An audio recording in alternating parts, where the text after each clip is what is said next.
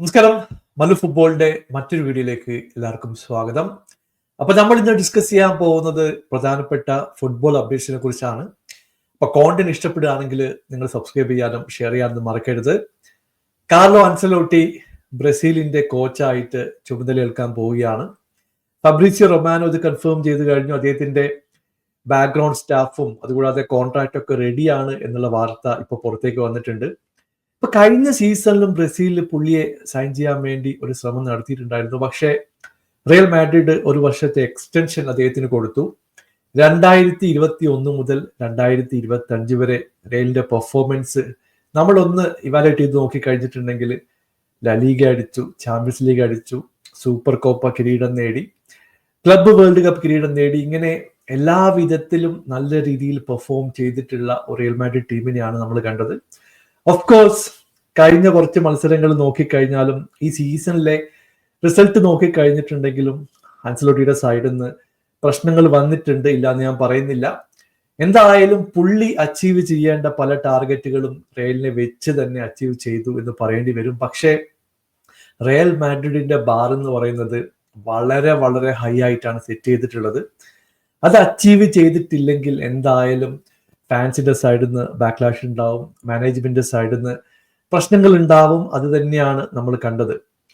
അൻസലോട്ടിയെ സംബന്ധിച്ചിടത്തോളം പുള്ളിയുടെ ആ ഒരു കോർ എക്സ്പീരിയൻസ് ഉണ്ടല്ലോ, അത് ബ്രസീൽ എങ്ങനെ യൂട്ടിലൈസ് ചെയ്യുമെന്നാണ് നമ്മളൊക്കെ കാത്തിരുന്ന് കാണുന്നത്.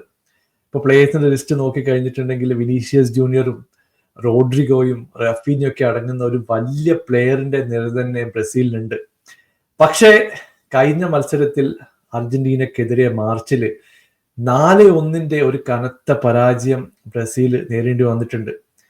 ആ മാച്ചിലൊക്കെ ഓവറോൾ പെർഫോമൻസ് നോക്കി കഴിഞ്ഞിട്ടുണ്ടെങ്കിൽ ഇൻഡിവിജ്വലി ബ്രില്യൻ്റ് ആയിട്ടുള്ള പ്ലേയേഴ്സ് യാതൊരു കോർഡിനേഷൻ ഇല്ലാതെ കളിക്കുന്നതാണ് നമ്മൾ കണ്ടത്.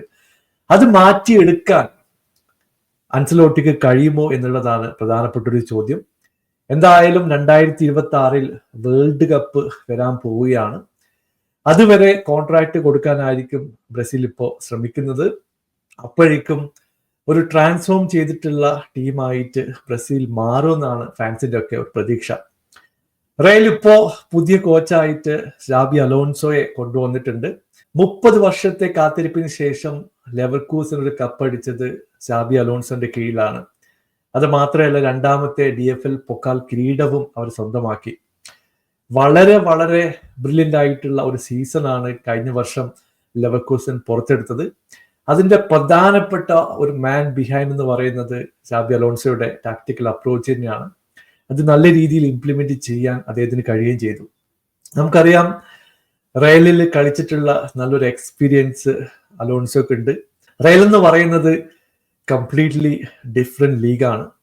അവിടെ എങ്ങനെ തൻ്റെ ടാക്ടിക്കൽ അപ്രോച്ച് ഇംപ്ലിമെന്റ് ചെയ്യാൻ പറ്റും എന്നുള്ളത് ഷാബി അലോൺസോ കാണിച്ചു തരേണ്ട ഒരു കാഴ്ച തന്നെയായിരിക്കും. നമുക്കിപ്പോ എക്സ്പെക്ടേഷൻ ഒന്നും വേണ്ട. പുള്ളിയുടെ സ്കിൽസിനെ പറ്റി ഞാൻ പ്രത്യേകിച്ച് പറയേണ്ട കാര്യമില്ല.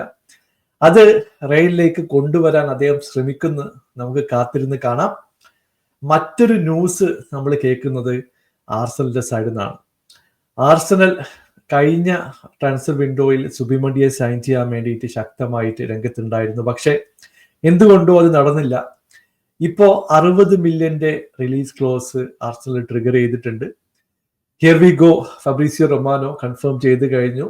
ഡിഫൻസീവ് മിഡ്ഫീൽഡർ ആയിട്ടുള്ള ഈ പ്ലെയർ ആർസണലിൽ വന്നു കഴിഞ്ഞിട്ടുണ്ടെങ്കിൽ നമുക്കറിയാം, തോമസ് പാർട്ടെ അല്ലെങ്കിൽ ഡെക്ലൻ റൈസിന്റെ കൂടെ കളിക്കാൻ പറ്റിയ ഒരു സ്റ്റാറ്റ് ഉള്ള പ്ലെയർ ആണ്. ഒരു ഡിഫൻസീവ് മിഡ്ഫീൽഡർ എന്ന രീതിയിൽ കൗണ്ടറൊക്കെ വരുന്ന സമയത്ത് വളരെ കൃത്യമായിട്ട് കവർ കൊടുക്കാനും ബാക്ക് എൻഡിൽ സപ്പോർട്ട് കൊടുക്കാനും പറ്റുന്ന പ്ലെയർ തന്നെയാണ് സുബിമണ്ടി. ഇപ്പോൾ EPL വരുന്നതിന് മുമ്പ് കളിച്ചിട്ടുള്ള പല പ്ലേയേഴ്സും ഇവിടെ സക്സസ് ആകുമോ എന്നുള്ളൊരു ചോദ്യമുണ്ട്. പക്ഷേ പുള്ളി ആർസണലിന്റെ ടാക്ടിക്കൽ അപ്രോച്ച് വെച്ച് നോക്കി കഴിഞ്ഞിട്ടുണ്ടെങ്കിൽ നല്ല രീതിയിൽ കളിക്കാനുള്ള ഒരു സാധ്യത കാണുന്നുണ്ട്. ആർട്ടറ്റയെ സംബന്ധിച്ചിടത്തോളം ഈ വരാൻ പോകുന്ന സീസൺ എന്ന് പറയുന്നത് ഒരു ഡു ഓർ ഡൈ എന്നുള്ള സീസണാണ്. കാരണം ഇനിയൊരു എക്സ്റ്റൻഷനോ എക്സ്ക്യൂസോ ആർട്ടറ്റയ്ക്ക് കിട്ടുമെന്ന് ഞാൻ പ്രതീക്ഷിക്കുന്നില്ല. ഈ സീസണിൽ മാക്സിമം എഫേർട്ട് ഇടുക, ഒരു കപ്പെങ്കിലും അടിക്കാൻ ശ്രമിക്കുക എന്നുള്ളതായിരിക്കും ആർസണലിന്റെ പ്രധാനപ്പെട്ട ഒരു ലക്ഷ്യം. എന്തായാലും പുതിയ വാർത്തകളുമായിട്ട് ഇനിയൊരു വീഡിയോയിൽ കാണാം. നിങ്ങളുടെ അഭിപ്രായം താഴെ അറിയിക്കുക. Thank you so much for watching. Bye for now.